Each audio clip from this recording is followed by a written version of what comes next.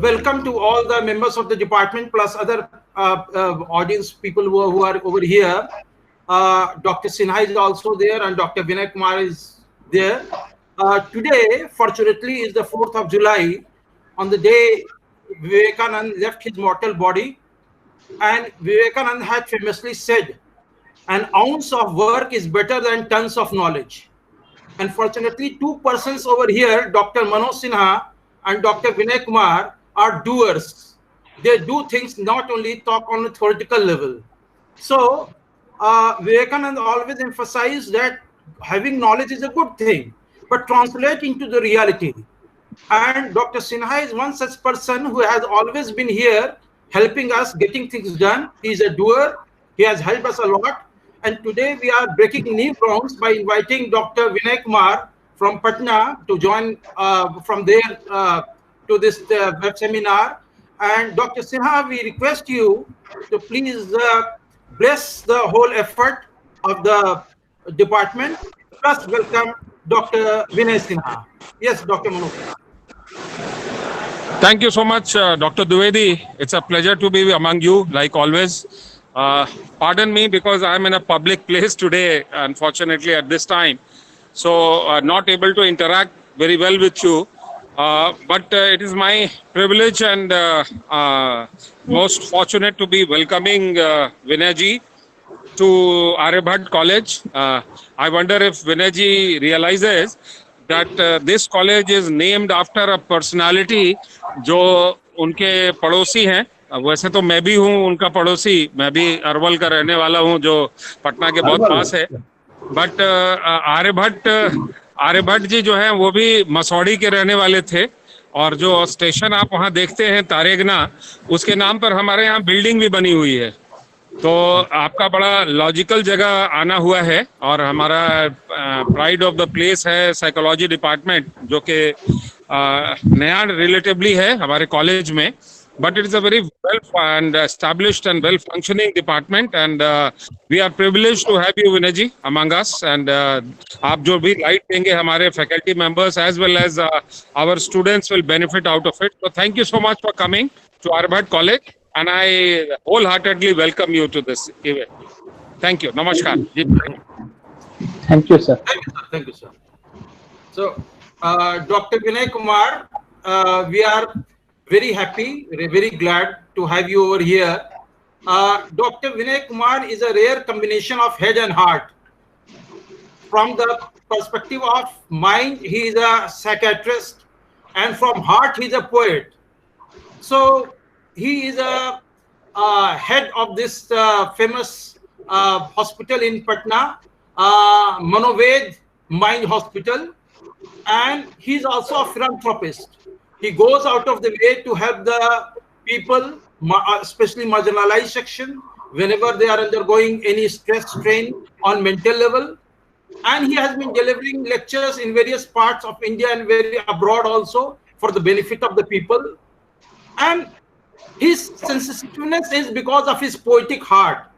He has published many collections of poems, especially famous ones are कर्ज-ए-तहजीब एक दुनिया है, अमरपाली और अन्य कविताएं, मॉल में कबूतर, and Yakshini, etc. Means you can understand when a psychiatrist becomes poet, so it's a breaking new ground. Means he gives a new insight to the whole thing. And he has been working on many books also. The famous book is Manochikitsa ke Notes, on which he has received Ayodhya Prasad Khatri Award also. This Samman was given in 2015. And another famous book of his is Manochikitsa Samvad. And he has edited many other books. And he has received Dr. Ramchandra N. Murthy Samman by the Indian Medical Association for his substantial contribution in the field of psychiatry. And he has been the General Secretary of Indian Psychiatric Association.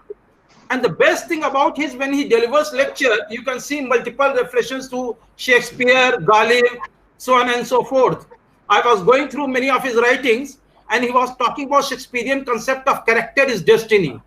and how character is destiny, he explained it, helps people in tackling the problems of life. So optimism that is there in Shakespeare and Marlowean tragedy is that you can shape your destiny. This is what people say. And he always quotes Ghalib's poetry here and there. Ghalib's Shairi is within his command. And last time when he was delivering lecture for this Atmaram Sanatan Dharma, he referred to one book of Viktor Frankl, Search for Meaning. On the very next day, with the help of Dr. Garima, I ordered for the book, and I have gone through the whole book twice, and I can assure you, sir, it was a great enhancement of my knowledge in a way. So, it's a sheer pleasure that you are here, and as I told everyone, that you don't have only theoretical knowledge, you have a practical knowledge. And your topic of discussion today's lecture is, it's my life. But in reality, you all are talking about our life. So, Dr. Vinay, we are really welcoming you, sir. And the moderator is Dr. Halley. He'll be moderating. So please, Dr. Vinay, you can just come over here after being welcomed by Dr. Halley. Dr. Halley, please. Sir, good afternoon. Good afternoon, sir. Vinay, sir. Good afternoon. Dwivedi sir has said so much about you. I'm at a loss as to what I can add more into it. So without further ado, let's jump right into it. I'm sure the listeners today are ready to, hear you and then learn from you a lot. And we have also live streamed the entire session on YouTube, and we have viewers coming in. So this will be a very engaging, webinar today.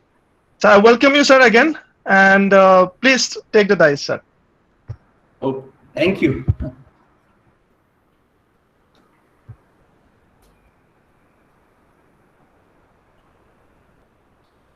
I'm really very thankful to all of you for inviting me. After COVID-19, we all are troubled. We all are disturbed. We all are fighting with ourselves and the virus. And the virus is taking heavy toll of lots of things in our life. But we have to save our life, because it's my life, it's your life, everybody. So let's start with today's talk. It's my life. In the beginning, I'll take you to USA for a trip. चलें? Washington DC. पसंद होगा आप लोगों को जाना? Yes, sir. चलिए. So let's go to Washington DC. वहां पहुंचते हैं कैपिटल हिल. कैपिटल हिल पे एक जगह है जहाँ पे वो आपके ओबामा साहब या जो भी प्रेसिडेंट बनते हैं वोट लेते हैं. वहां पे सारे प्रेसिडेंट्स जो पहले बड़े बड़े हुए सबके स्टैचू लगे होते हैं. एक साइज स्टैचू, मतलब स्टैचू का साइज मेरा ख्याल है, यू माइट हैव सीन, जो गए होंगे देखा होगा, बट स्टैचू के साइज इतने बड़े होते हैं जिसके बारे में गांव में कहा जाता है कि आप सर उठा के देखो तो टोपी गिर जाए. तो एग्जैक्टली उसी साइज की है कि आप देखो तो टोपी गिर जाए. अब्राहम लिंकन उतने बड़े, जेफरसन उतने बड़े. When I visited Jefferson place, तो देखा वहां पे एक सेंटेंस लिखा था, उसमें 3 वर्ड आते थे, life, liberty and pursuit of happiness. जो लिखा था पैराग्राफ वहां से, जो मीनिंग हमने एक्सट्रैक्ट किया उसमें, वो मीनिंग निकल के ये आया कि जितने भी सिटीजन हैं, all of us should have right to life, liberty and pursuit of happiness. बहुत अच्छी बात है, बहुत बढ़िया बात है, इसमें कोई संदेह नहीं है. लाइफ का अधिकार हमारा है, हमारा लाइफ है, हमको लाइफ मिलना चाहिए, जीने का हक मिलना चाहिए.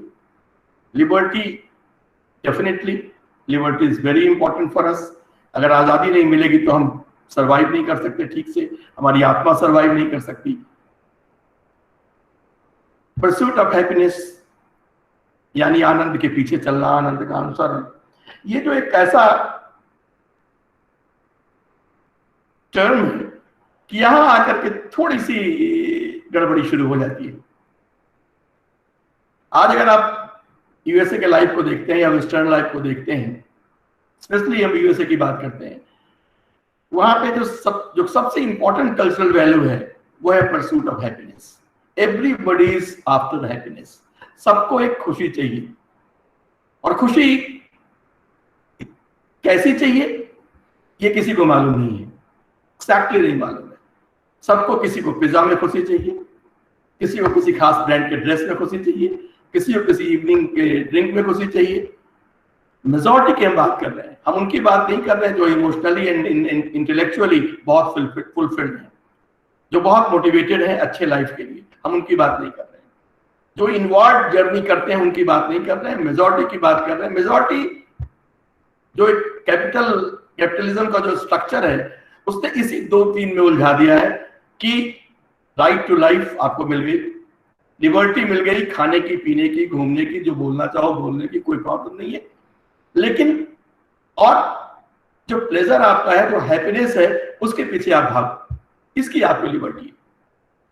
और इस लिबर्टी के पीछे भागने में लोग परेशान हैं। लोग, कोई अपना यार्ड खरीद रहा है, किसी को प्राइवेट प्लेन चाहिए, किसी को बड़ा सा फार्म हाउस चाहिए। प्रॉपर्टी जो अमास कर सकते हैं वो करते चले जा रहे हैं। लेकिन ये जर्नी चली जा रही है। ये 3 वर्ड की वर्ड है, यहां से हम शुरू करेंगे। Exactly it's my life. जो मेरा लाइफ है वो क्या है? Life is not about living only, life includes everything. Life includes liberty, life includes happiness, life includes what we do to ourselves and society and family and humanity. तो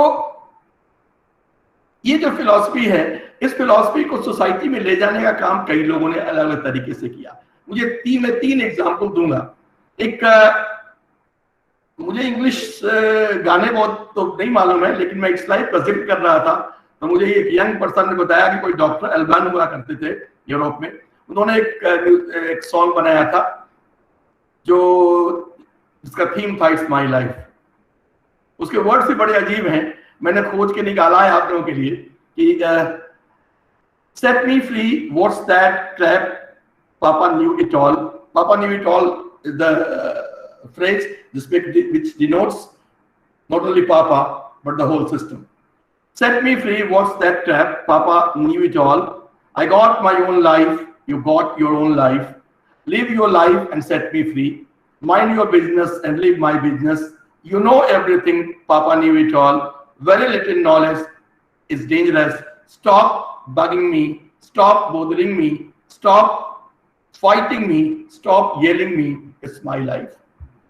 एक दूसरा ऐसा ही सॉन्ग कोई बॉन जोवी ग्रुप है यूएसए में, इसने 2000 में launch किया था सॉन्ग। उसके वर्ड्स भी करीब करीब सिमिलर मीनिंग वाले हैं कि इट्स माय लाइफ। और उसमें बेसिकली जो मैसेज है वो मासेस को है, यानी जो सरवाइव करते हैं किसी तरह, बेसिकली उनके लिए है कि it's my life, it's your life, और तुम्हें आज में जीना है। आज जी लो, अपना रास्ता बना लो और एंजॉय करो लाइफ। तो ये जो प्लेजर सेंट्रिसिटी का जो कॉन्सेप्ट है, प्रॉब्लम इससे कुछ है नहीं। हम लोग के जीवन में आनंद चाहिए, सभी को प्लेजर चाहिए, सभी उसके पीछे चलते हैं। सवाल यह है कि किस हद तक और कितना।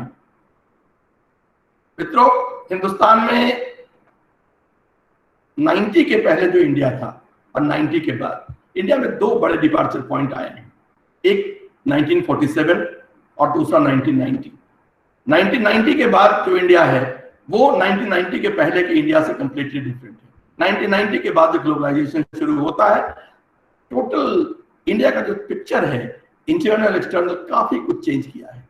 वो इंडिया अब नहीं रहा जो उसके पहले था। एक एम्बेसडर कार, एक कुछ कपड़े खास तरह के जो हमारे यहाँ बनते थे, उन कपड़ों के सहारे चलना, फैशन की चीजें नहीं, परफ्यूम्स नहीं।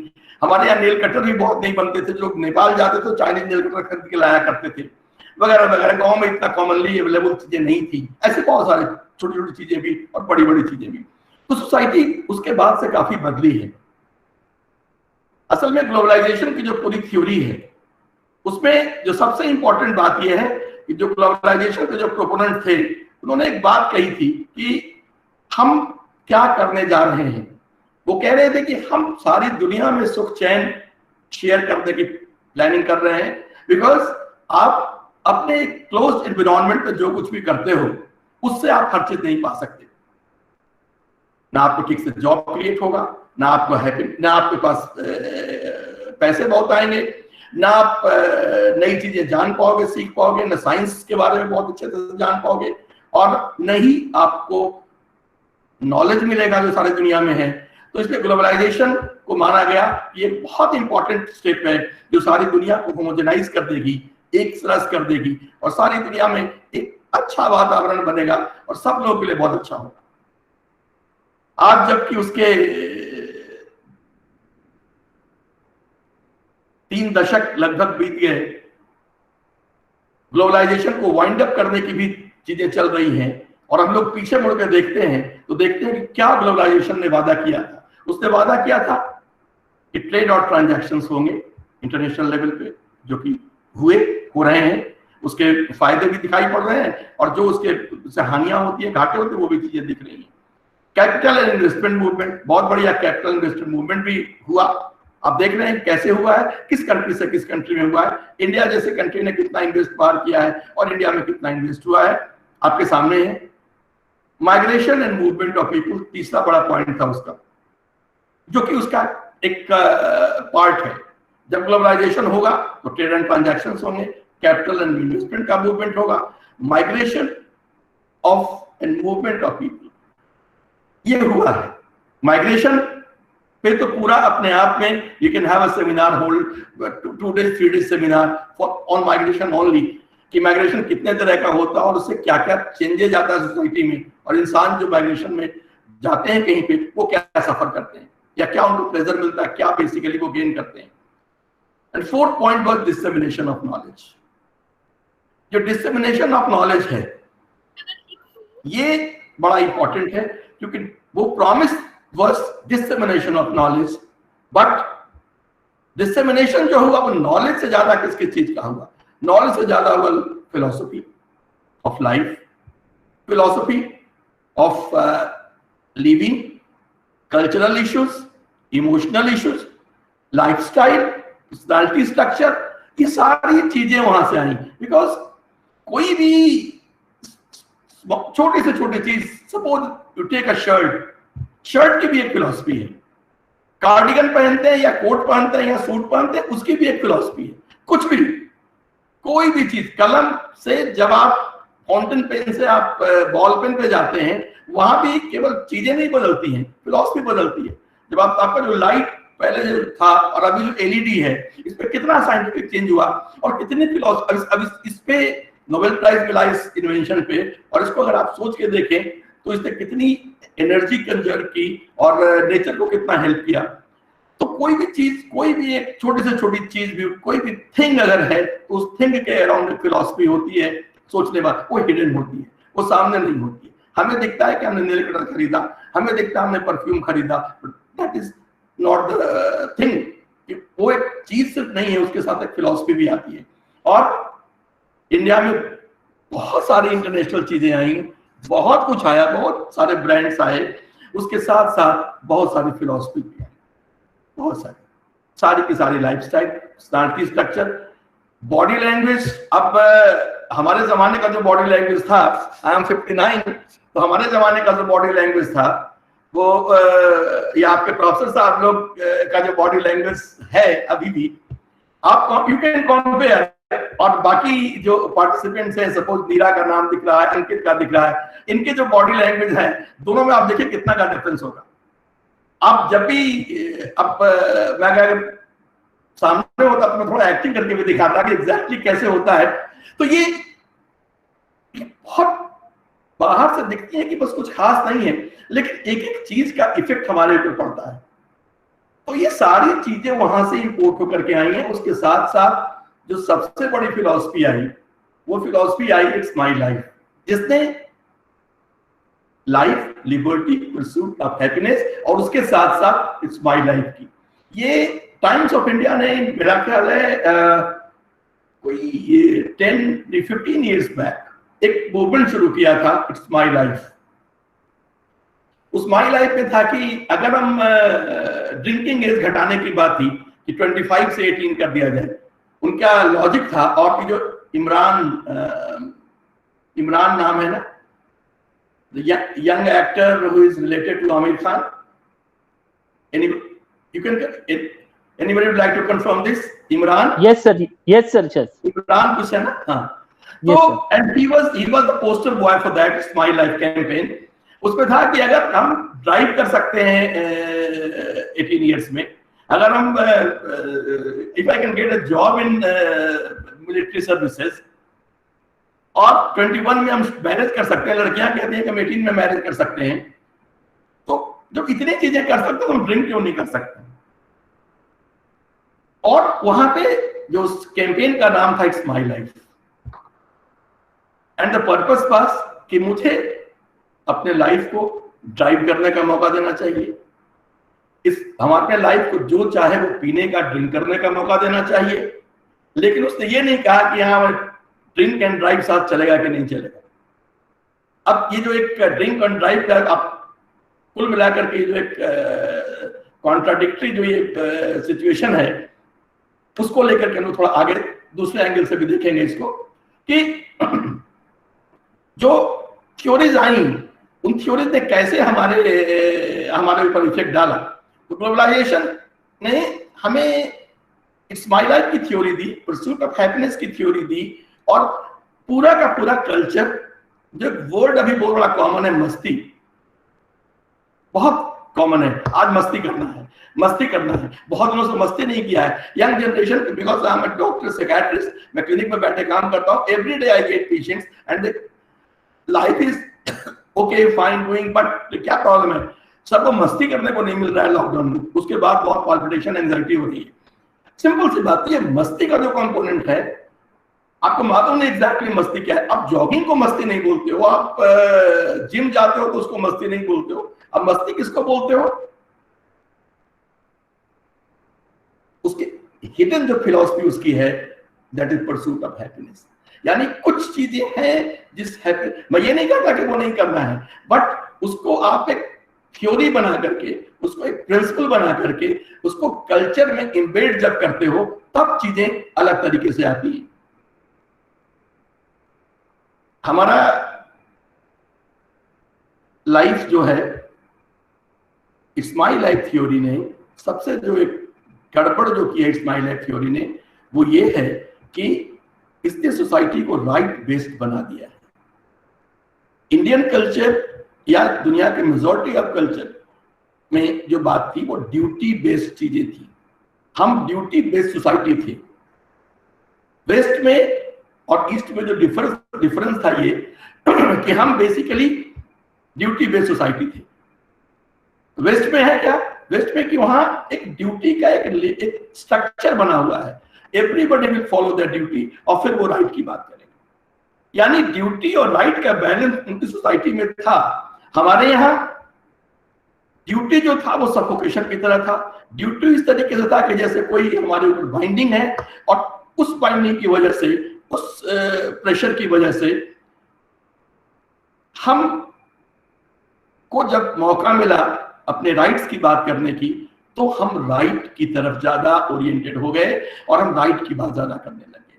तो ये ड्यूटी या राइट का जो एक कॉन्ट्राडिक्शन है वो उभर के इसके बाद आया हमारे सामने। Duty and sacrifice went on back foot.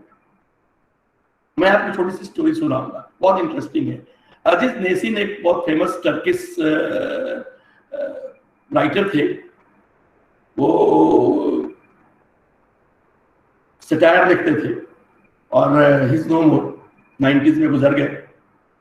बड़ी हस्ती थे और गवर्नमेंट के खिलाफ लिखना और रिलीजन का जो कुछ भी डॉगमा है उसके खिलाफ लिखना was part of his life. तो वो उनकी बहुत इंटरेस्टिंग स्टोरी है, आप सुनेंगे तो आपको मजा आएगा। हुआ ये कि किसी आदमी का ने बच्चे के लिए जूता खरीदा, उसका बच्चे का जूता टूट गया। जूता जब टूट गया तो वो गया दुकान वाले के पास, बोला कि भाई तुमने जूता दिया, जूता तो टूट गया इतनी जल्दी, ये तो ठीक नहीं है। उसने कहा मैं क्या करूं, जैसा जूता सप्लाई होता है वैसा ही बेचता हूँ, चले जाओ बना जूता जो यहाँ से बन गया था उसके पास। वो बंदा चला गया उसके पास। उसने कहा कि साहब जूता तो मैं बनाता हूँ लेकिन जो लेदर सप्लाई करता है उसी से बनाता हूँ, मेरा कोई फॉल्ट नहीं, जाके लेदर से बात करो। तो लेदर वाले के पास गया कि भाई तुमने कैसा, तो कहा कि क्या करें, जैसा लेदर हमारे पास बन के आता है जानवरों से वही लेदर है। तो फिर उसके पास चला गया कि भाई तुम कैसा लेदर सप्लाई करते हो, तो कहा कि मैं क्या करूं, जानवर सब इतने दुबले पतले बेकार मरे मरे से है, उनका चमड़ा इतना खराब होता है कि उसको ही जो मिलेगा वही सप्लाई करेंगे। तो कहा कि तो मैं क्या करूं, तब क्या करें, तो कहा कि तुम जाके जानवरों से पूछो। वो जानवरों के पास गया कि भाई ऐसा तुम इतना घटिया चमड़ा क्यों मरने के बाद देते हो यार, अच्छे से खा पी के बढ़िया चमड़ा होता कि जूते मजबूत बने। तो जानवरों ने कहा कि मैं क्या करूं, मेरा मालिक चारा ही ऐसा खिलाता है कि हमारी हालत खराब हो जाती है। तो जाके मालिक से बात करो। मालिक के पास गया, मालिक ने कहा कि मैं क्या करूं, चारा का दाम इतना बढ़ा दिया है और इतना खराब चारा सप्लाई करता है, तो मेरी इसमें कोई गलती नहीं है। चारा शहर में उस इलाके में चारे का सबसे बड़ा व्यापारी वही आदमी था जो सवाल पूछ रहा था, जिसके बेटे का जूता टूटा था। उसके बाद उसको जवाब मिल गया, वो चुपचाप लौट के चला आया। Cycle is complete. हम अगर राइट की बात करते हैं, हम अगर चाहते हैं कि हमारे बच्चों के जूते नहीं टूटे, तो हमें अब जहां हम खड़े हैं वहां अपनी ड्यूटी अगर निभाएंगे तभी सोसाइटी में पूरा एक हेल्दी सर्कल, सेफ्टी का सर्कल, लाइफ का सर्कल, कल्चर का सर्कल, लव का सर्कल, कॉम्पैशन का सर्कल, सब सर्कल तब कंप्लीट होगा जब हम अपनी ड्यूटी को ठीक से निभाएंगे। स्माइल लाइफ थ्योरी की जो सबसे बड़ी गड़बड़ी है वो यही है कि वो राइट की बात करता है। हमारी सोसाइटी में पूरे इंडिया में अभी वैसे भी राइट की बात हो रही है। Everybody is talking about right. हमें खाने का हक, हमें इसका हक, कभी उसका, ड्यूटी की कोई बात ही नहीं कर रहा है। हमारी सारी पॉलिटिकल पार्टी एग्जैक्टली वही कर रही है। लेकिन प्लेटफॉर्म साइकोलॉजी डिपार्टमेंट का है, तो मैं इसको एक हल्का साइकोलॉजिकल टर्न देकर के उधर जाना चाहूंगा। किसी भी इंसान की जो पर्सनैलिटी होती है, वो पर्सनैलिटी ऐसा नहीं है कि वो अचानक बन जाती है। There are factors, biological, genetic, there are effects of upbringing, psychological inputs which we get. लेकिन उसके अलावा society is very important. Society में क्या मूवमेंट चल रहा है उसका बहुत इंपॉर्टेंट इफेक्ट है। आप दिल्ली में एक इंस्टीट्यूट हुआ करता है, अभी भी एम्स में एक डिपार्टमेंट है सेक्रेटरी की, उसमें प्रोफेसर जे.एस. नेकी साहब हुआ करते थे एक जमाने में, अब तो दुनिया में नहीं है वो। अब जो पाकिस्तान है, पहले वहां थे, वहां से वो आए थे। जब वहां दंगे भड़के तो उस समय वो आए थे और अमृतसर में पढ़ाई पूरी की। बाद में वो एम्स में बने प्रोफेसर एंड HOD सेक्रेटरी। तो वो बड़ा एक इंटरेस्टिंग किस्सा बताते हैं कि वो 50 में जब गए यूके, तो वो किसी चाइल्ड साइकियाट्रिस्ट ने उनसे पूछा कि what are the problems of children in India, psychological issues. He said enuresis, यानी जो बेड वेटिंग होती है, पिका, कुछ जो मिट्टी मिट्टी बच्चे खा लेते हैं, लाइक दैट। तो उसने कहा कि and delinquency, he said no, हमारे इंडिया में there is no delinquency kind of thing. हमारे यहाँ बाप जो होते हैं वो बाप रे बाप कराए रहते हैं, बच्चे को पकड़ते हैं, छोड़ते ही नहीं है। वो जब मरते हैं तभी अपने बेटे को छोड़ते हैं, तब तक बेटा उनका ऑलरेडी ग्रैंडफादर हो गया रहता है, तो छूटता ही नहीं। सब पूरा ऐसा चक्र बना हुआ है कि everybody is in the grip of social structure, family structure. तो बच्चे ज्यादा थोड़ी बहुत बदमाशी करते हैं, पकड़ पकड़ में आ जाते हैं, जवानी में थोड़ी गलती की, पकड़ में आ गए, तो कुछ नहीं होता है। और लेकिन जब मैं उनका एक इंटरव्यू कर रहा था, मनोचिकित्सा संवाद जिसके आप प्रोफेसर द्विवेदी ने जिक्र किया अभी, तो उसमें उनका इंटरव्यू है। तो उसमें उस इंटरव्यू में जब मैं कर रहा था, उसी में उन्होंने कहा था कि आज जब तुम मुझे इंटरव्यू कर रहे हो तो मैं ये नहीं कर सकता हूँ, सोसाइटी इज चेंज्ड। तो जो भी आज की तारीख में बहुत सारे ऐसे पर्सनैलिटी डिसऑर्डर्स हैं जो पहले इंडिया में बहुत कम दिखते थे। Borderline personality disorder, anti social personality disorder, इस तरह के पर्सनैलिटी डिसऑर्डर्स नहीं दिखती थी। स्माइल लाइफ थ्योरी का जो सबसे बड़ा गड़बड़ है वो ये है, it leads to self centricity. आप सेल्फ के बारे में ज्यादा सोचते हो। It fosters narcissism. नार्सिसस के बारे में मालूम है ना, ग्रीक माइथोलॉजी में जो कैरेक्टर जिसको कि अपने आप से इतनी मोहब्बत थी कि वो जब पानी में झांकने के लिए गया तो अपने चेहरे से इतना खुश हो गया कि वो बार बार देखता रहा और फाइनली ही डाइड। भूखा प्यासा देखते देखते मर गया। तो एग्जैक्टली उसी के नाम पे नार्सिसिस्टिक पर्सनालिटी डिसऑर्डर का कॉन्सेप्ट दिया गया है। तो मैं सबसे बड़ा जो प्रॉब्लम है सोसाइटी में वो ये है कि ये नार्सिसिज्म एक तरह से उसको फोस्टर करता है, उसको नर्चर करता है, उसको सामने लाता है। और ये चीजें पहले उतनी नहीं दिखती थी, अब ये सारी चीजें दिखने लगी हैं उस तरीके से। नार्सिसिस्टिक पर्सनालिटी डिसऑर्डर के बारे में 2 बात मैं शेयर करूंगा आपसे कि people have inflated sense of their own importance. आप अपने आप सीने में झांक के देखिए, अपने फ्रेंड्स के बारे में सोचिए, सोसाइटी के बारे में सोचिए, आपको लगेगा कि सेल्फ इंपॉर्टेंस का अमाउंट सोसाइटी में कितना ज्यादा है आज की तारीख में। मेरी पीढ़ी के ज्यादातर लोग तो कुछ भी बन गए और हाँ यार कुछ किया कुछ नहीं किया, चलो ठीक है, दाल रोटी चल रही है, कुछ काम कर दे रहे हैं, हाँ कुछ किताबें भी लिख ली, चलो ठीक है, लेक्चर भी दे लिया, लाइक दैट। बट कभी हम उस तरह से सेल्फ इंपॉर्टेंस वाले वो 21 कम लोग मिलते थे। तो ये जो inflated sense of own importance it's my life theory ने बहुत चमके दिया है। और हर बात में आफ्टर ऑल मैं कह रहा हूं कि मैं सडनली बहुत बड़ा हो गया है। मैं का आकार आई जो है वो कैपिटल लेटर में वैसे भी लिखते हैं, ये सुपर कैपिटल लेटर में आई हो गया है। Second thing, a deep need for excessive attention and admiration। सारे रिलेशनशिप के जो इश्यूज हैं आज की तारीख में, सारे रिलेशनशिप के इश्यूज वो इसी बात से, you are not paying enough attention to me, you are not admiring me sufficiently। अब ये इश्यू है। हम रोज अपने क्लिनिक में काम करते हैं तो महसूस करते हैं कि जितने ब्रेकअप के झगड़े आते हैं उसमें बहुत मामूली बात होती है कि हाँ तुमने मेरे फेसबुक पोस्ट को लाइक नहीं किया या तुमने फला को क्यों जाकर लाइक कर दिया, लाइक दैट। तो ये जो इशू आती है ये बड़ा कॉमन है, बहुत कॉमन है। और संयोग से ऐसा कि सोशल मीडिया ने प्लेटफॉर्म भी दे दिया है। And all this things leading to trouble relationship. अगर पर्सनालिटी इश्यूज होंगे तो रिलेशनशिप के इश्यूज होंगे। सेल्फ कॉन्फिडेंस बहुत दिखता है, लेकिन उसके पीछे बिहाइंड दैट सेल्फ स्टीम जो होता है दैट इज फ्रेजाइल। बहुत छोटी बात पे बहुत स्मॉल अमाउंट ऑफ क्रिटिसिज्म पे यू बिकम वल्नरेबल। आपको लगता है कुछ बिखर गया, कुछ टूट गया, उसने ऐसा कह दिया, उसने ऐसा कह दिया। This was not in India when we were in colleges and we started our working। Criticism पे इतना नहीं, चलो ठीक है, उसने कहा अरे यार कह दिया कोई बात नहीं, ठीक है।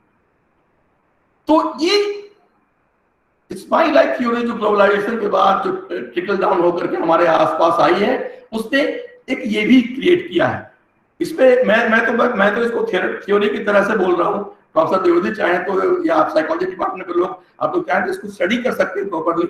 ये तो मेरा एक्सपीरियंस है जो मैं इतने सालों से काम कर रहा हूँ। और ग्लोबलाइजेशन के इफेक्ट, मेरी जो किताब थी चिकित्सा के नोट्स, उसमें बहुत सारे चैप्टर्स भी इससे जुड़े हुए हैं।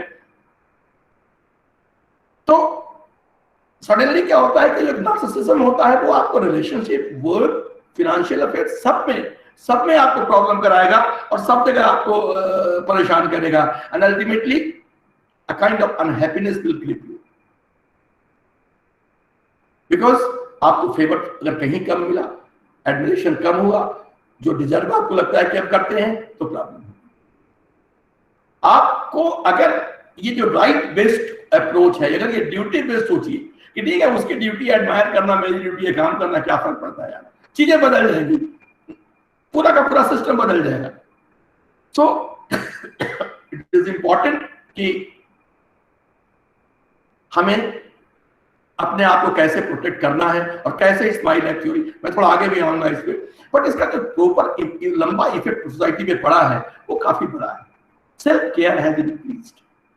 सेल्फ केयर में क्या है? सेल्फ केयर में external things are have become important. Consumerism ऐसा नहीं है, consumerism is byproduct of this theory of this nature.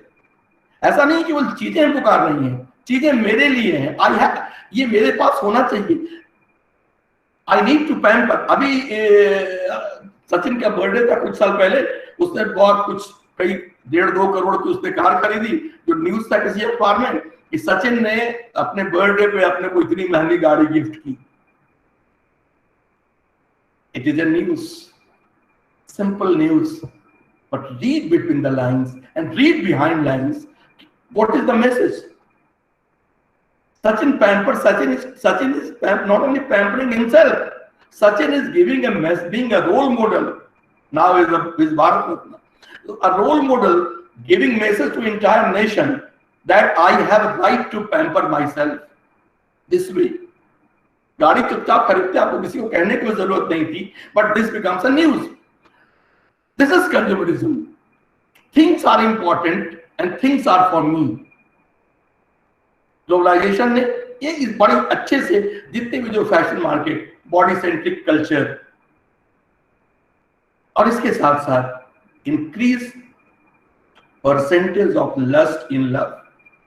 जब आप लव के बारे में बात करेंगे तो बेसिकली जो रिलेशनशिप है इसमें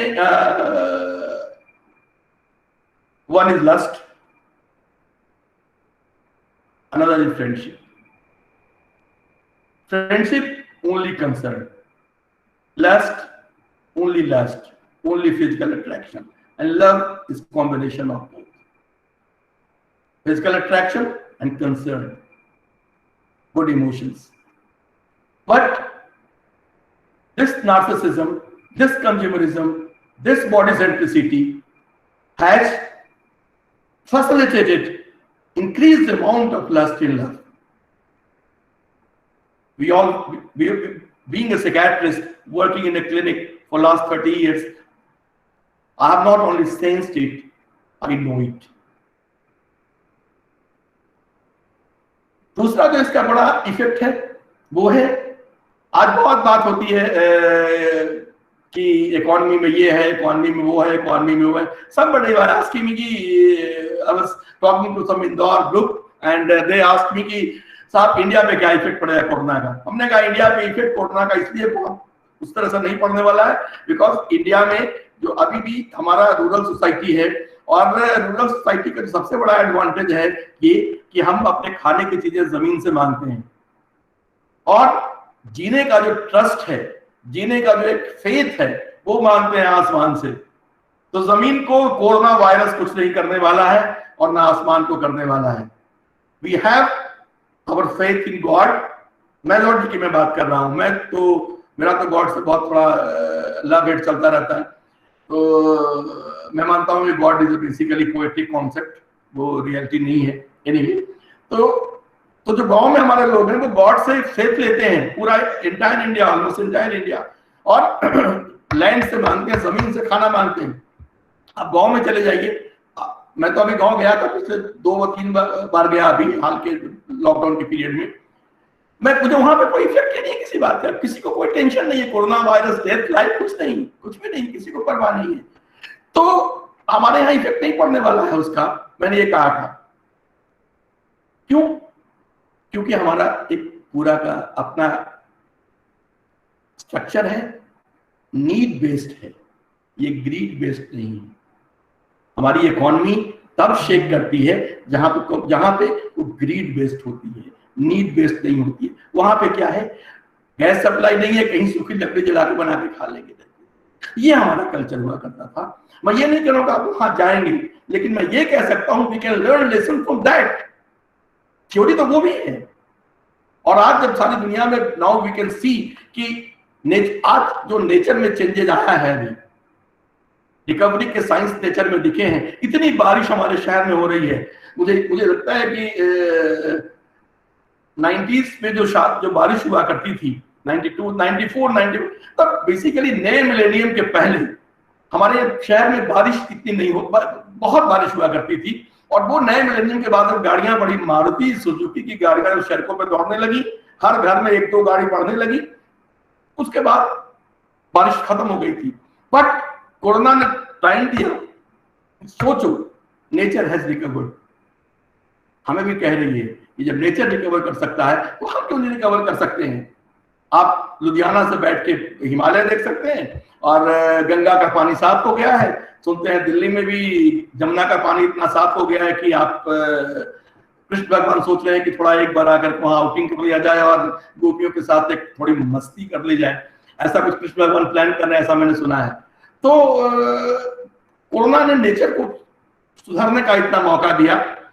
exactly this is time to think about ourselves कि हम क्या कर सकते हैं। हम वैसे कुछ सोच सकते हैं कि नहीं सोच सकते हैं। लाइफ मेरा है, बहुत सही बात है, इट्स माई लाइफ कह सकते हैं, लेकिन अगर सोच के देखें क्या सचमुच इट्स माई लाइफ। हमने ये धरती बनाई, हमने पानी बनाया, हमने हवा बनाई, हमने अनाज का इन्वेंशन किया, हमने पेड़ पौधे फूल जो कपड़े पहन रहे हैं, जो दवाएं ले रहे हैं या कुछ भी, हमने क्या बनाया? हमने कुछ भी नहीं बनाया। ये सिविलाइजेशन की बहुत लंबी जर्नी है जिसमें इतने लंबे समय तक कल्चरल इनपुट्स मिले हैं। We are product of that.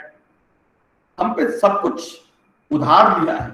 Arun कमल बिहार के बहुत फेमस पोएट है, वो कहते हैं कि अपना क्या है इस जीवन में सब कुछ लिया उधार, सारा लोहा उन लोगों का अपनी केवल धार। आपका जो पर्पस, आप क्या कर सकते हैं? आप सिर्फ धार दे सकते हैं। मेरी जो पहली किताब का जिक्र किया था मुझे इंट्रोड्यूस करते हुए, कर्ज तहजीब एक दुनिया है, बेसिकली उसमें एक गजल का कपलेट था कि कर्ज तहजीब एक दुनिया है, 4 पैसे चुकाने आए हैं। ये पूरी की पूरी दुनिया है, तहजीब का कर्ज है मेरे ऊपर। हम बमुश्किल अगर 4 पैसे भी चुका पाए तो बड़ी बात होगी।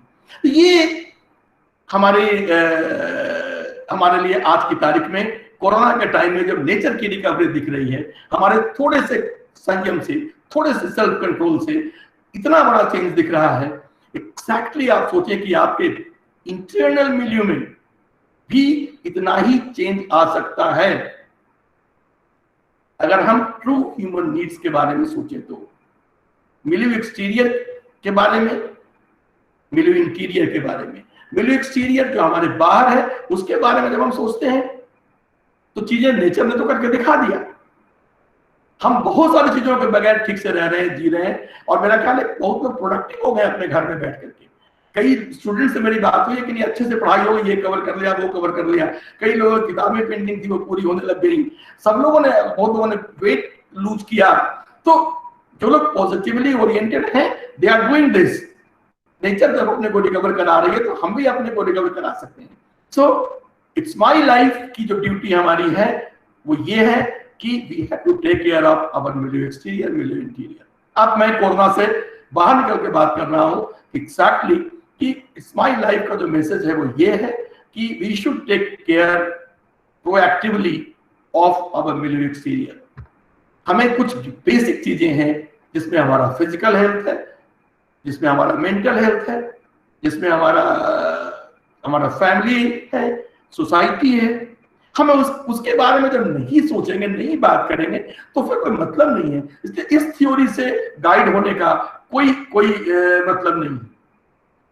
Being a psychiatrist, department psychology का है, तो फिजिकल हेल्थ में तो बात करने को बहुत sound mind in sound body कह के लोग निकल गए, बट मामला उल्टा है।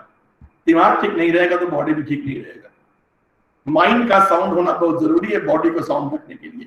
जो लोग इनफ स्टडीज, जिनको भी साइकोलॉजिकल इश्यूज हुई हैं उनका हेल्थ खराब हुआ है।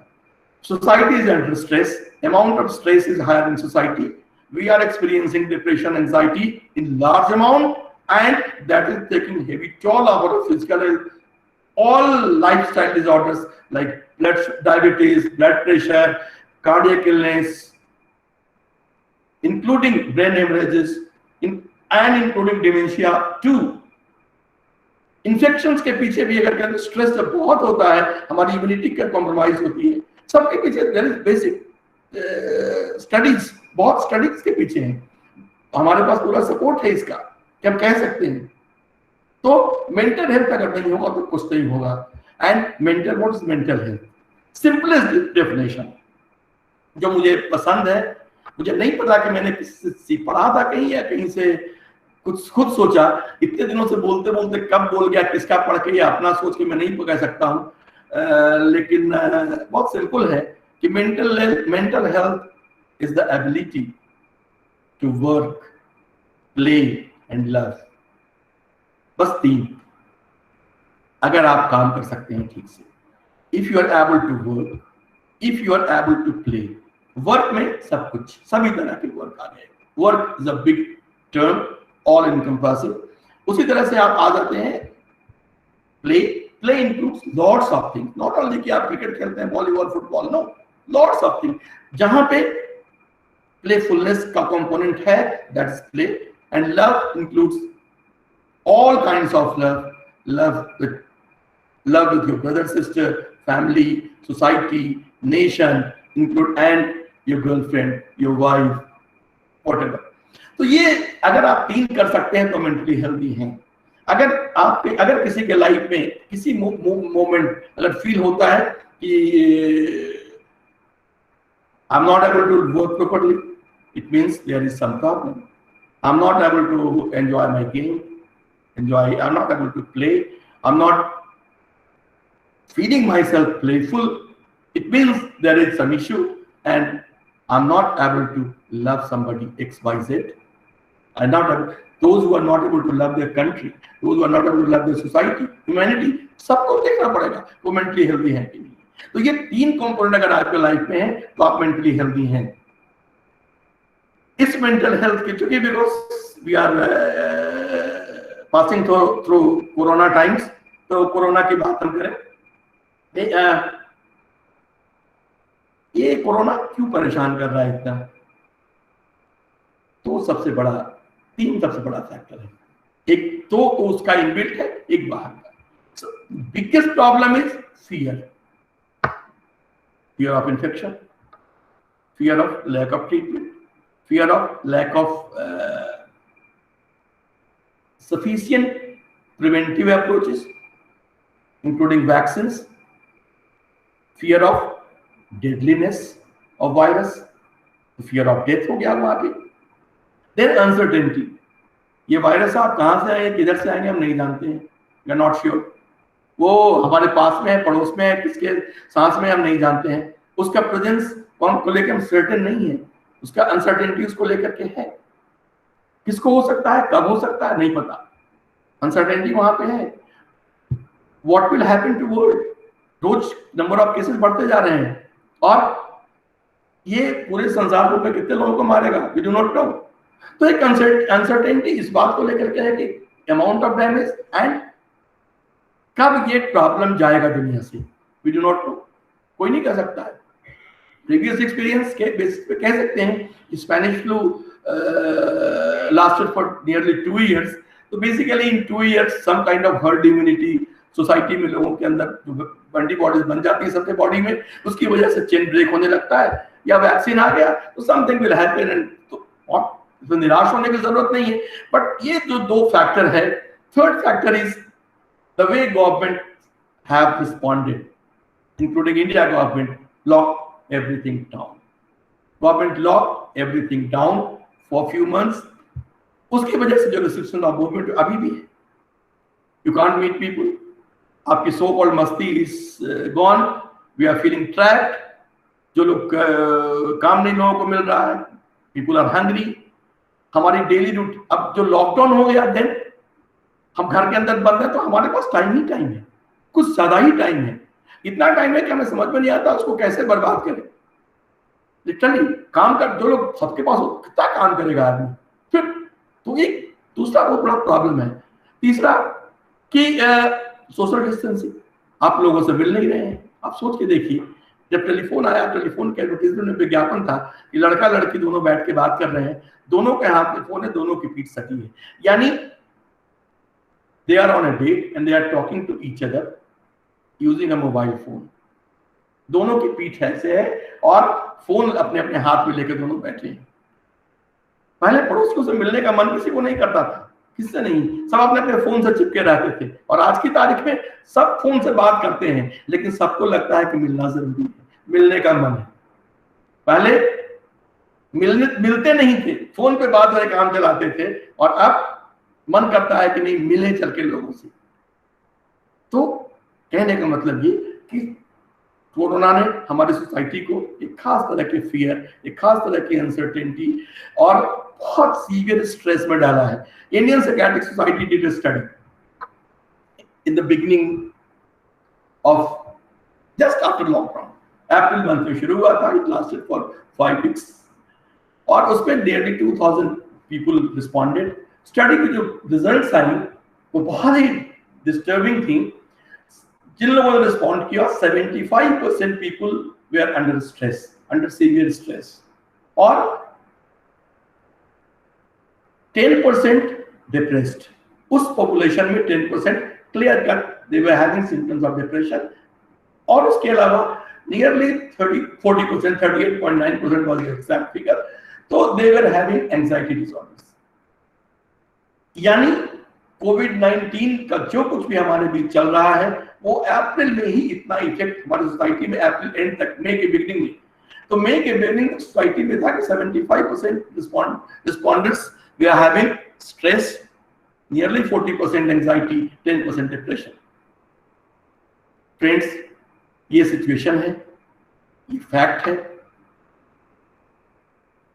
थोड़ा द्विवेदी साहब कुछ सिम्टम्स की बात कर लें, एंजाइटी डिप्रेशन के बारे में थोड़ा बात करें। ओके, तो जो प्रॉब्लम्स कोविड को लेकर के आ रही हैं वो क्या आ रही हैं?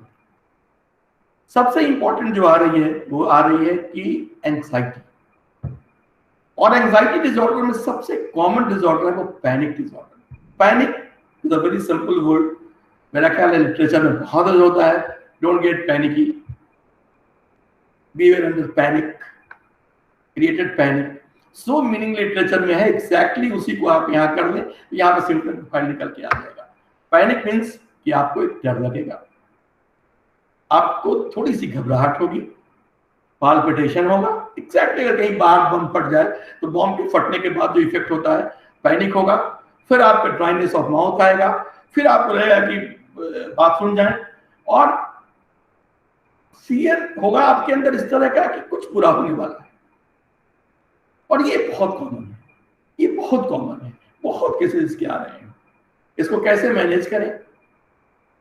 बहुत सारी चीजें हैं, ट्रीटमेंट कर सकते हैं, दवा कर सकते हैं, इलाज कर सकते हैं, लेकिन फर्स्ट इंपॉर्टेंट थिंग है वो ये कि इसके लिए इंपॉर्टेंट ये है कि आप जब ऐसा लगे, सबसे पहले educate yourself that panic disorder is short lived condition. ये मुश्किल से कहीं 2 मिनट, कहीं 4, कहीं 5, कहीं 10, 15, इसके ऊपर पहुंचता नहीं है। अराउंड 10 मिनट्स पहुंचते पहुंचते ये चीज सबसाइड कर जाती है automatically. It's self lifting condition.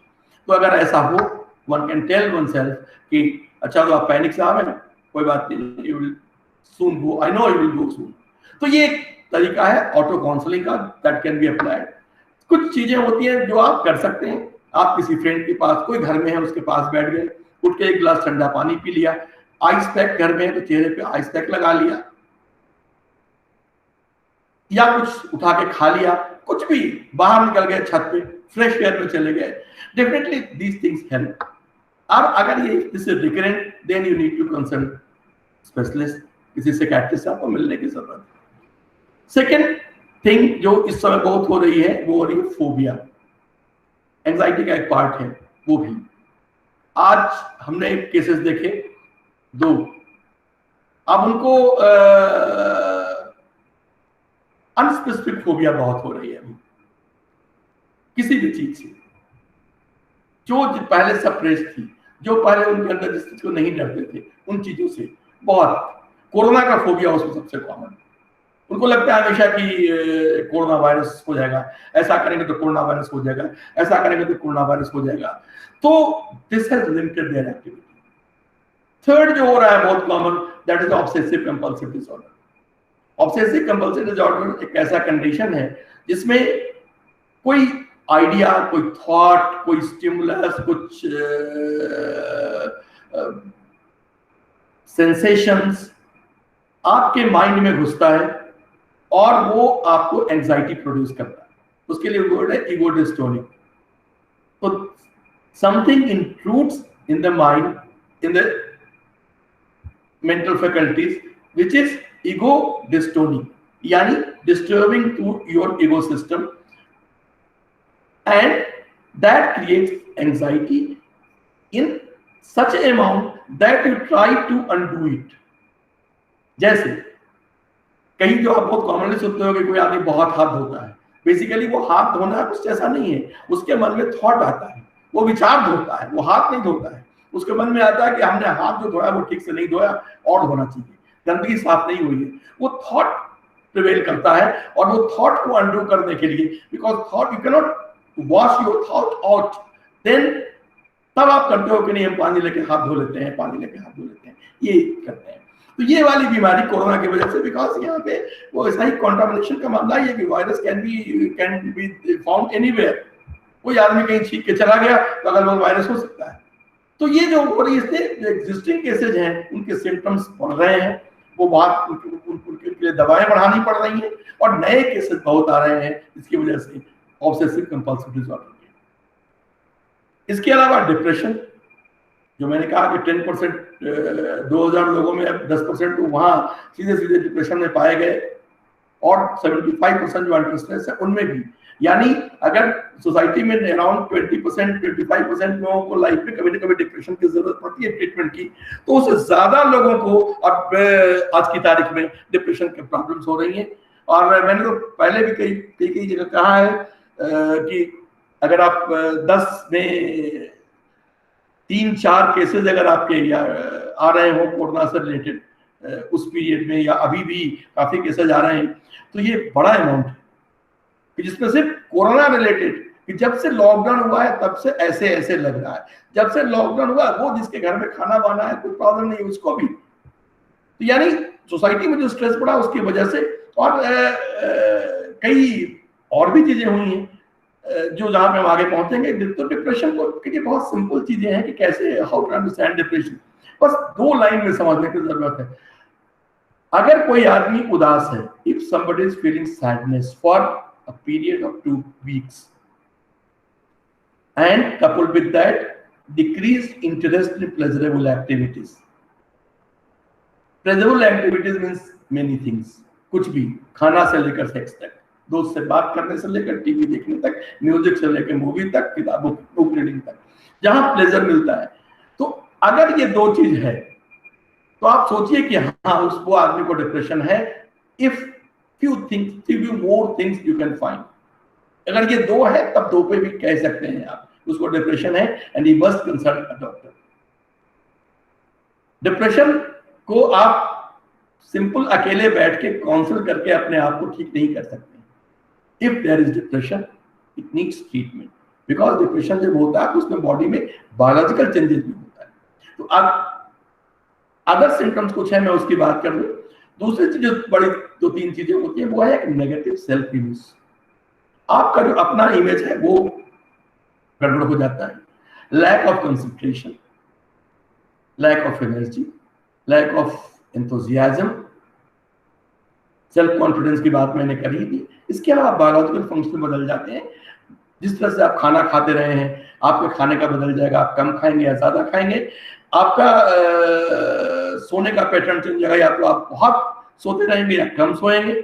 आपका या तो बहुत कॉन्स्टिपेशन होगा या लूज मोशन जैसा कुछ हो सकता है, या किसी को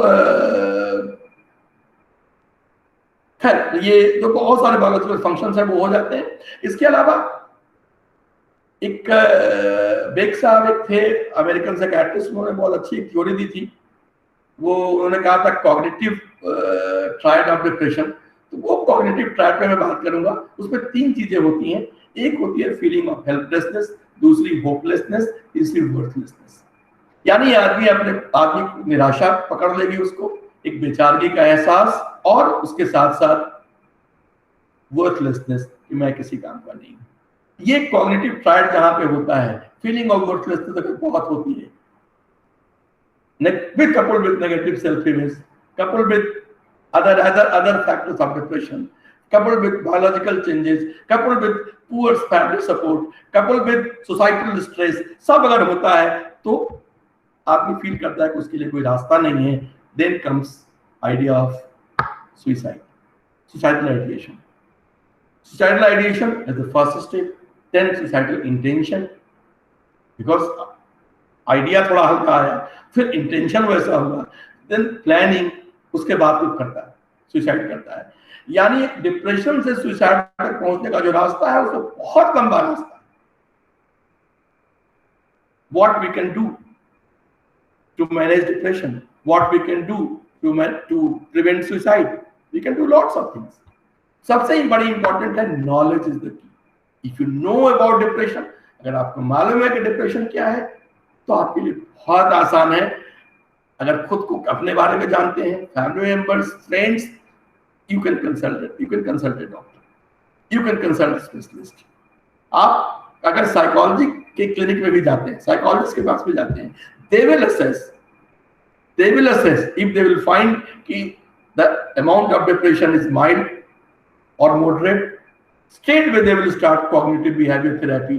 बहुत सिंपल सी थेरेपी है जो I'm not going to teach you because ये टेक्निकल चीज है, उसका अलग तरीका है, बट जो साइकोलॉजी के क्लिनिकल साइकोलॉजी के स्टूडेंट होते हैं दे नो इट वेल, और वो cognitive behaviour therapy they will start you immediately, और अगर रिस्पांस नहीं मिलता then they will refer to psychiatrist for medical management and other, both things will go hand in hand.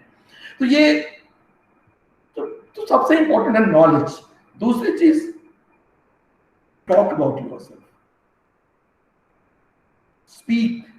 Speak up, communicate, that's important.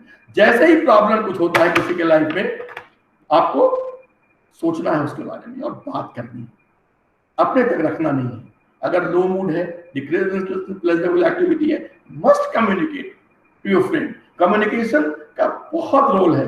कह देने से मन हल्का हो जाता है, ये मुहावरा नहीं है, ये साइकोलॉजिकल फैक्ट है। दोस्तों, अभी जो कुछ भी हुआ सोसाइटी में, कुछ चीजें ऐसी हुई हैं, कोविड रिलेटेड भी कुछ सुसाइड्स हुए हैं केरला में, जहाँ पे कि मेंटल हेल्थ सपोर्ट सिस्टम बहुत अच्छा है, वहाँ भी ऐसे हुए हैं।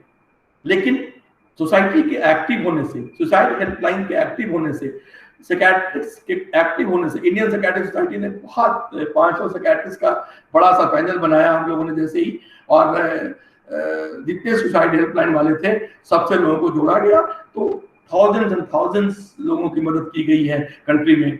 मेरे ऑर्गेनाइजेशन ने भी की है, मेरा ख्याल और भी लोग अपने अपने तरीके से कर रहे हैं। What your college is doing is the same thing, कि आप एक डायलॉग रख रहे हैं, टॉक रख रहे हैं, लोगों से बात करने के रख रहे हैं। तो डिप्रेशन को मैनेज करना और सुसाइड को प्रिवेंट करना is important, and probably it's high time कि ऐसे मौके पे इस पे बात की जाए और इसको कम्युनिकेट की जाए।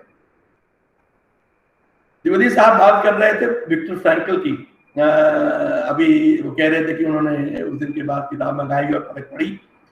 बहुत इंटरेस्टिंग कैरेक्टर, बहुत इंटरेस्टिंग पर्सनैलिटी थे विक्टर फ्रैंकल। वो ऑस्ट्रिया में रहते थे और डॉक्टर, न्यूरोलॉजिस्ट, साइकियाट्रिस्ट, बिकॉज उस जमाने में न्यूरोलॉजी, साइकियाट्री और डॉक्टरी में बहुत डिफरेंस, थोड़ा सा के बाद आपने को स्पेशलिस्ट ट्रेन थोड़ा किया एंड यू बिकम स्पेशलिस्ट, वैसा था उस जमाने में। और उनको उठा के ले गए थे हिटलर के लोग, कंसंट्रेशन कैंप में रखा गया, उनकी वाइफ को भी रखा गया, और अदर फैमिली मेंबर्स, उनकी एक सिस्टर को छोड़ के मेरा ख्याल है सारे लोग तो मर ही गए थे, केवल ये सरवाइव करते हैं। और उनकी जो कुछ थ्योरीज हैं वो अनोखी हैं। जो कोट्स है उस विक्टर फ्रैंकल की उस किताब में, मैन सर्च फॉर मीनिंग में, वो बहुत अनोखे हैं। उसमें एक बड़ा इंपॉर्टेंट है कि when you are no longer able to change a situation, we are challenged to change ourselves. कोविड-19 को हम बदल नहीं सकते हैं, हम अपने आप को चेंज कर सकते हैं। हम इस लॉकडाउन में जो गैप है, हम उसमें अपने आप को इस तरह से प्लेस कर सकते हैं। अभी भी दिल्ली में लॉकडाउन कंटिन्यू कर रहा है, बट हमारे पास बहुत टाइम भी है, लेकिन हम उस टाइम का इस्तेमाल कर सकते हैं फिजिकल एक्टिविटी में। At least 1 hour for physical activity, 1 hour for 1 to 2 or 2 to 3 hour for entertainment, some reading, planning, writing new things। कहा जाता है कि शेक्सपियर का भी नाम ले रहे थे आपके द्विवेदी साहब, कि प्लेग का जब हुआ था, क्वारंटीन चला था 40 डेज का, तो उसमें शेक्सपियर ने पूरा का पूरा प्ले लिख दिया था। ऐसे बहुत सारे लोगों ने काम किया है। अभी भी आई नो पीपुल हमने कुछ राइटर्स को ट्रीट किया है राइटर्स ब्लॉग के लिए, और वो उनके फोन कॉल्स आए मेरे पास कि मेरा नॉवेल कंप्लीट हो गया, तो पीपल आर डूइंग दैट। तो इस जो अच्छा समय नहीं है, जो बुरा समय है, इसमें इट इज इंपॉर्टेंट कि अपने आप को हम चेंज करें, और इट्स माई लाइफ की जो थ्योरी है उसको we need to revisit with some Indian angle. Victor Frankl का एक और बहुत फेमस कोट है कि जो हैप्पीनेस है वो परस्यू करने की चीज नहीं है, इट मस्ट इंस्यू, वो निकले भीतर से। आनंद आप को पीछे दौड़ेंगे तो आनंद नहीं मिलेगा, कभी नहीं मिलता है। मैं प्लेजर नहीं लूंगा, नहीं मिलेगा, वो तो झरने की तरह से फूट पड़ता है कहीं से।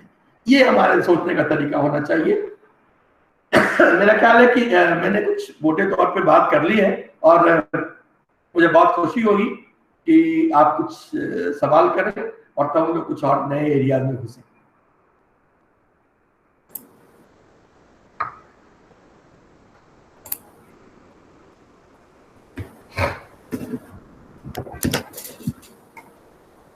Thank you so much, sir. It was a very interesting lecture.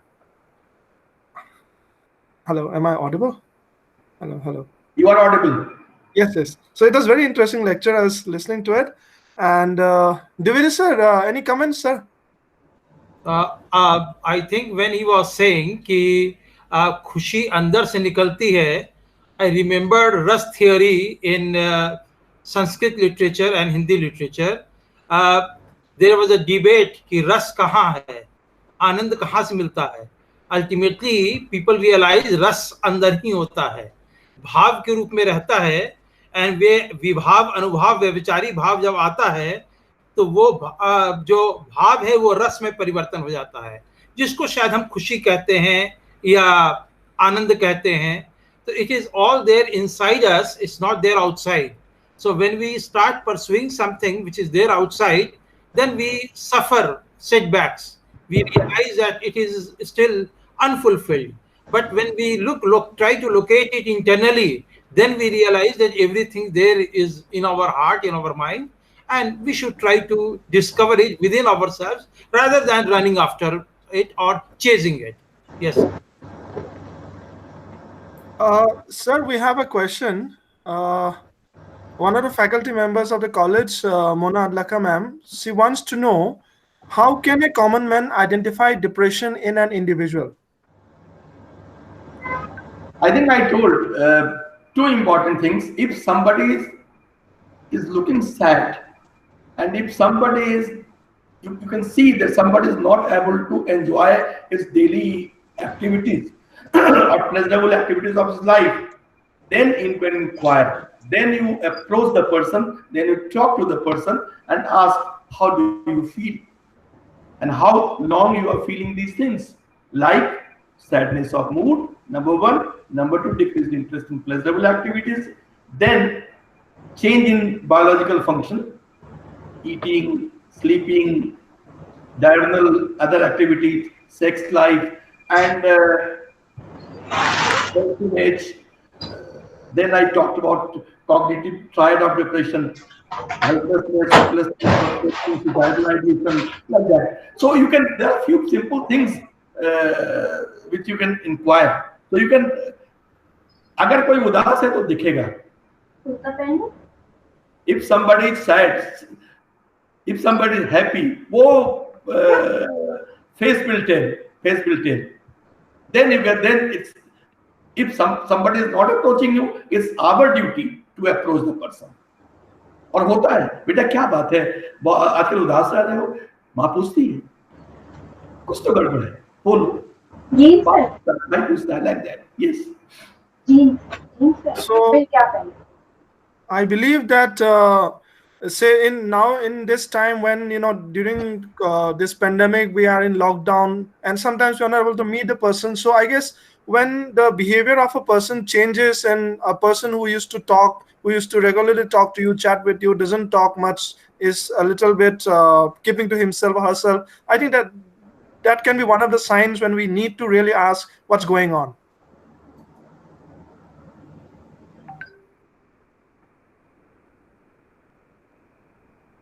All right. So that was a great session. Is any comment from the other faculties? Students can ask questions. Yes. I'd love to answer. Students, I think they got very mesmerized with your questions. No, I put on my Facebook page, I'm going to talk to young people today. Most pleasurable thing for me. मैं आपको बताऊं कि I put self-reporting questionnaire on anxiety and depression on Facebook, and I wrote that anybody can inbox me if wants to discuss. और बहुत सारे calls मेरे पास आए हैं, बहुत मैसेज आए एवरी डे. अभी भी at least 10 calls I am taking from unknown people every day. Sir व्याख्यान शानदार व्याख्यान रहा. सर नमस्कार, श्रीधरम बोल रहा हूँ. श्रीधरम जी, आप शेक्सपियर लग रहे हैं देखने में. ये कोरोना काल में बाल बहुत व्यावहारिक व्याख्यान रहा, और आपको जितनी बार सुनूं हर बार कुछ ना कुछ नया ही मिलता है, तो पीछा तो नहीं छोड़ूंगा. ऐसे ही कहीं ना कहीं आपको अटकाता रहूंगा, बस यही कहना था. नहीं, और भी कुछ कहिए. बाकी हम आगे जो है विस्तृत तैयारी कर रहे हैं आपसे संवाद के लिए, और काव्यमय संवाद करेंगे, क्योंकि असली मन तो वहां भी है. अच्छा, कविता के लिए ठीक. जब बोलिए कविता पढ़ने को, उसमें क्या दिक्कत है, सबसे आसान काम. जी सर. चलिए अब, thank you sir. Yes sir. So I guess we can have the vote of thanks from Garima. You're on mute, Garima, please. Yes. Thank you so much, Dr. Vinay Kumar, for joining us today and enlightening us in such easy, I would say easy phrases, easy life examples that everybody could connect with. Because when we talk about COVID, we usually talk about very heavy duty terms and about strains and stressors. लेकिन आपने इतने simple और साधारण तरीकों से समझाया that you probably reached each and every person that attended this particular session. So thank you, sir, for taking out time from your busy schedule to be here with us today. And it's also very heartening to see that you are putting out questionnaires on Facebook, and you're also available for people to reach you. I think, sir, experts like you, and when they are in direct contact with people and are approachable, that's such a wonderful gesture. So we're really very happy as a department to have connected with you. And I would also like to take this opportunity to thank the principal of our college, Dr. Manoj Sinha. He's always been very supportive of all our endeavors. In fact, this time, because there was a shortage of time and we informed him just at the nick of time, he still made it, and he impromptu joined this session, and he's always blessed each and every of our endeavors. So a big thank you from the department to the office members, the staff, and the principal.